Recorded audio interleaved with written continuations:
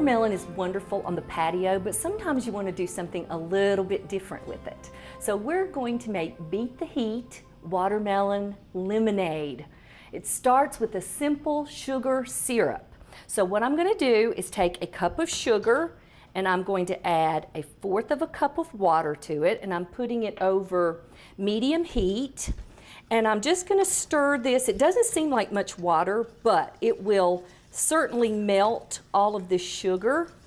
And all you got to do is just stir it for a second, and you got the makings of a nice sugar syrup.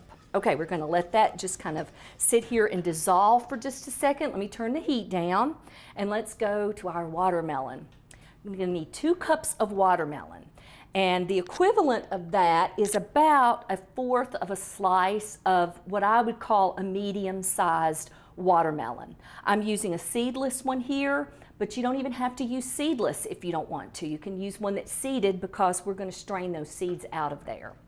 Okay, so I've just cubed this up, and I'm going to put this in the blender. Now, a lot of people think, oh shoot, the blender's not going to work with all of this watermelon hunks in there, but we're going to add our lemon juice for the lemonade to it. And always keep in mind that however much sugar you use in lemonade, you're going to use the same amount of lemon juice.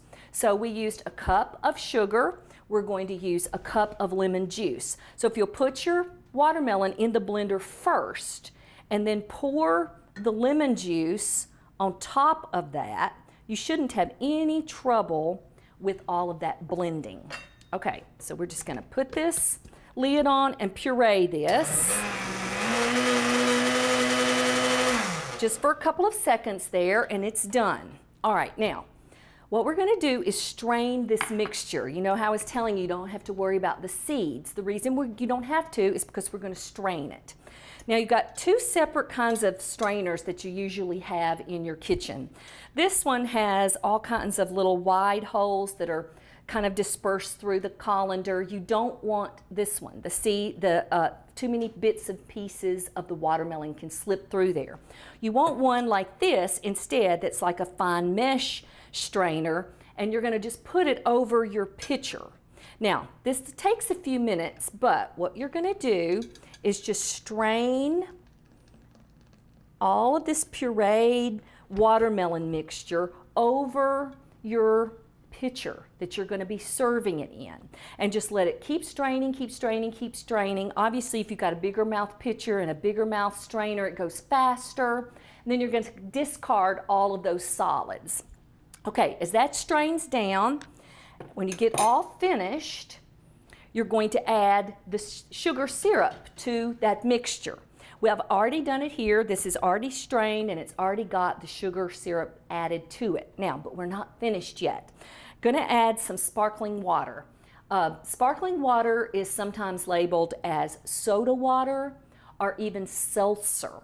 And it's just carbon dioxide infused water. And a lot of people use this because it settles a nauseated stomach. I like this particular brand, but you can use any brand that you want. Just get about a 24 ounce bottle, and then you're going to add that just before you get ready to serve.